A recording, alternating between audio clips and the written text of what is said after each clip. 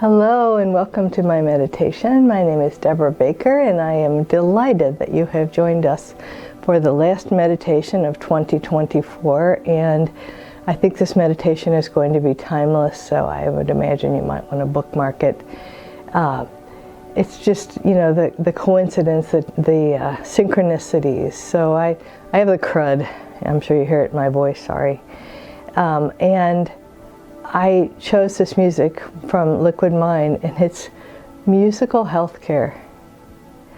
And I did yoga for when you're sick yesterday, and the affirmation was, my immune system is strong and working well. And so if you happen to be sick like I am, this is a great meditation for you. And if you're not, it's going to be a good meditation for letting go. And we're letting go of 2024 and eagerly anticipating what 2025 brings. So let's get started. So let's start with our 3 nice, really deep breaths. First, breathing into our chest, holding it for a moment, and then letting it go, and then breathing into our chest and upper back.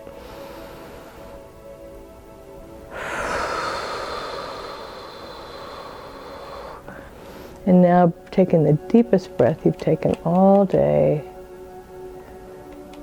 Breathe into your chest, upper back, and belly. Hold it for just a moment, and then let it go.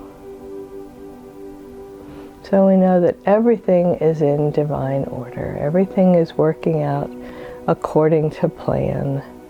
And so if you are sick like I am, I decided, after admittedly a lot of resistance, that I would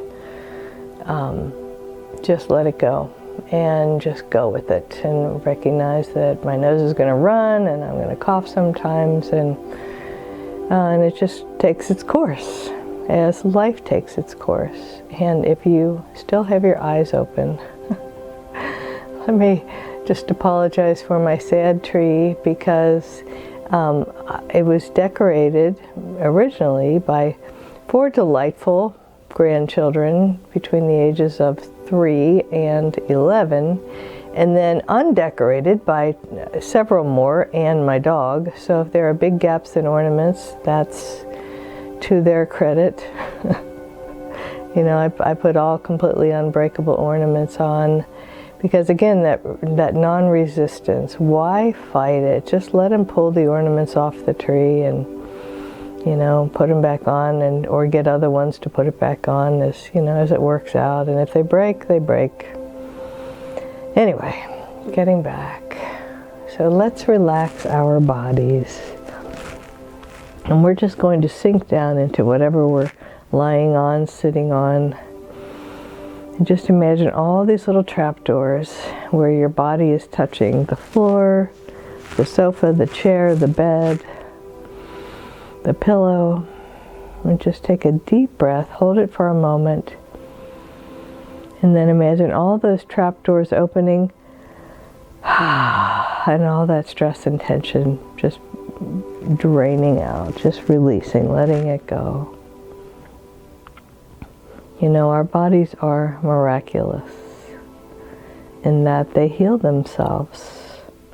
If they didn't, we'd still be bleeding from the first cut we ever got, and we'd still have that first cold we ever got, as well as all the rest of them we've gotten so far. But they don't. We don't have any of those past illnesses. They've all been healed by our miraculous bodies, which is a metaphor for we are one with the infinite miracle. Our bodies heal themselves because they are one with the infinite miracle. I believe it was Albert Einstein who said, you can either believe that everything is a miracle. I believe it was Albert Einstein who said, you can either believe that everything is a miracle, or nothing is a miracle. And I choose to believe that everything is a miracle. And when I think about all the wondrous things that have happened and how blessed and fortunate we all are, just think for a moment about all of the wonderful people who have crossed your path and the stories they've told you and the stories you told them. And I encourage you to meet people, to see whom your infinite soul has brought into your sphere. It was my sister-in-law, Lori Baker, who is just a delightful soul, who traveled with us to New York 2 years ago, and she didn't know a stranger in New York City. She talked to everybody. She chatted it up with the security guard at the top of the rock. You know, people who were standing in line with us. She got to know where they were from, and I love that. And I normally talk to people too, but she really opened the door for me, opened my eyes to see that there are wonderful people all around us, and that people love meeting you. You are an amazing, amazing soul, and people love meeting you. What we need to let go of is our own insecurities. All those things that we may have been told over the years about how we're not good enough. And so I'm going to be quiet for a moment, and we're just going to let all that bubble up, and like, you know, fizz in a soda, when it bubbles up to the top, it goes away. The bubbles go up to the top and they burst, and then they're gone. So let's let all of our self-doubts just bubble up to the top, maybe stir it up a little.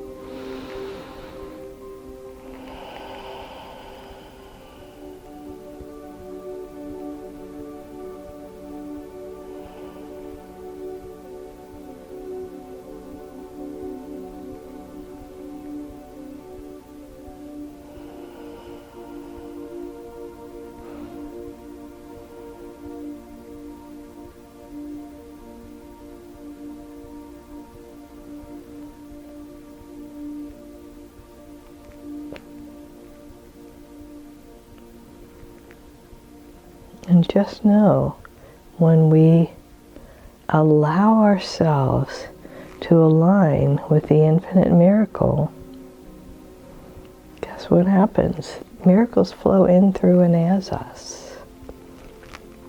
You have been someone else's miracle, whether you realize it or not. You have been someone else's miracle, whether you realize it or not. How does that feel, the idea that you were someone else's miracle? Or that you are someone else's miracle? I think one of the errors that we make throughout our lives is we underestimate how important we are.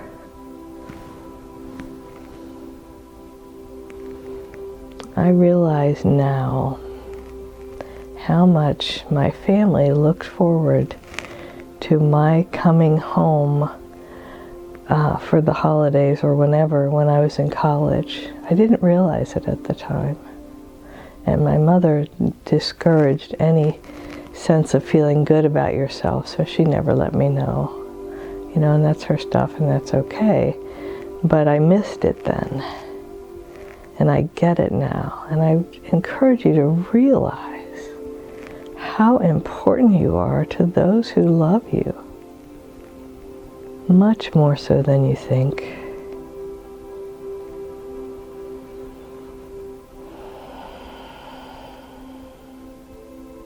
And flip it around and think about those you love. And I encourage you, for the first week of 2025, reach out to a different person every day by phone call so they can hear your voice and you can hear their voice. And just say hello. You can gush and say how much they mean to you if you want, And I say that, as a joke, because it's very valuable to tell people how much they mean to us. Or you can just say, hi, I was thinking about you. I thought I'd check in.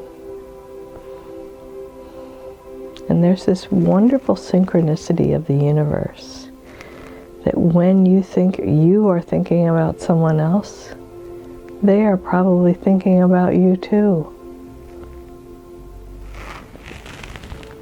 I'm not really sure how it works, but it does.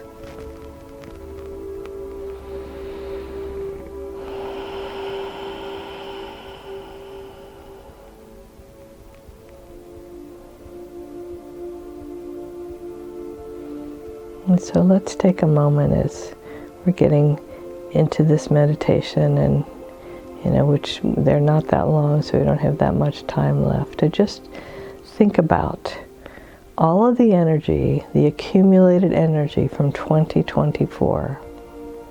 Or if you're listening to this in March or June or September of next year or of any year, think about all the accumulated energy of the last 12 months.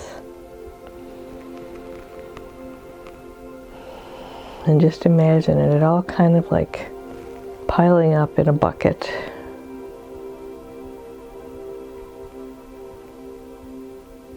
And then you magically dump the bucket out. And here's the cool thing. When we release stuff, it's not evil or nasty or bad or negative. When we release it, it's beautiful and wonderful. It's like releasing stardust or rainbows into the world. It's lovely.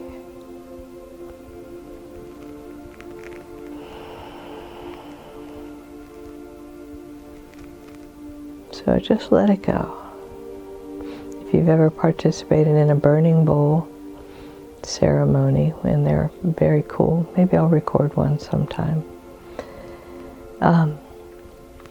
You write down what you want to release on a piece of flash paper, and then you drop it into a flame, which is really helpful. If you've got a grill on your patio, put a candle out there and write down what you want to release and drop it on the candle and let it burn. And just know that you don't have to carry forward anything that no longer serves you. If it's something you need to bring to resolution, the resolution is something new. And we can welcome in the new, letting go of the problem and welcoming in the solution. Because, as I've said many, many times, what we focus on increases. If we focus on the problem increases. And if we focus on the solution increases. So let go of anything from 2024 and before. Could be from your childhood, could be an ancestral thing. Just imagine just letting it go. That bucket is filling up and emptying and filling up and emptying, and now turn it upside down.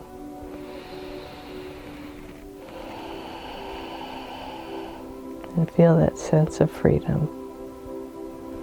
I guess metaphorically it would have been better if I had had a candle burning during this meditation.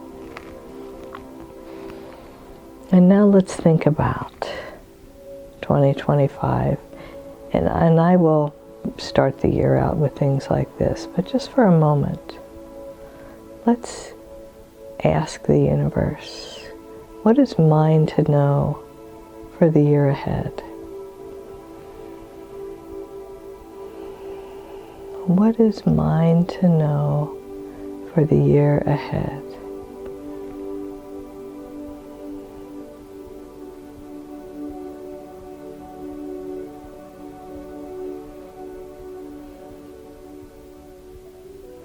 Maybe you're going to know a new freedom and a new happiness.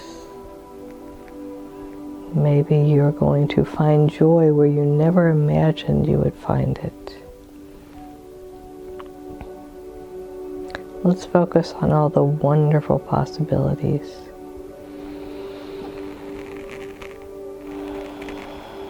And know that all is well. And all is well. And all is well. And you truly are whole and perfect, exactly as you are. And the one presence and the one power moving in, through, and as you, the miracle of the universe is moving in, through, and as you. So let's just take a moment right now and finish letting go of the past. It has no power over you anymore. From this moment forward, you are creating a new and wonderful life. A new and wonderful life. Take a deep breath and take that in. A new and wonderful life. So let's take one final really deep breath together for 2024. Filling up your lungs, holding it for a moment,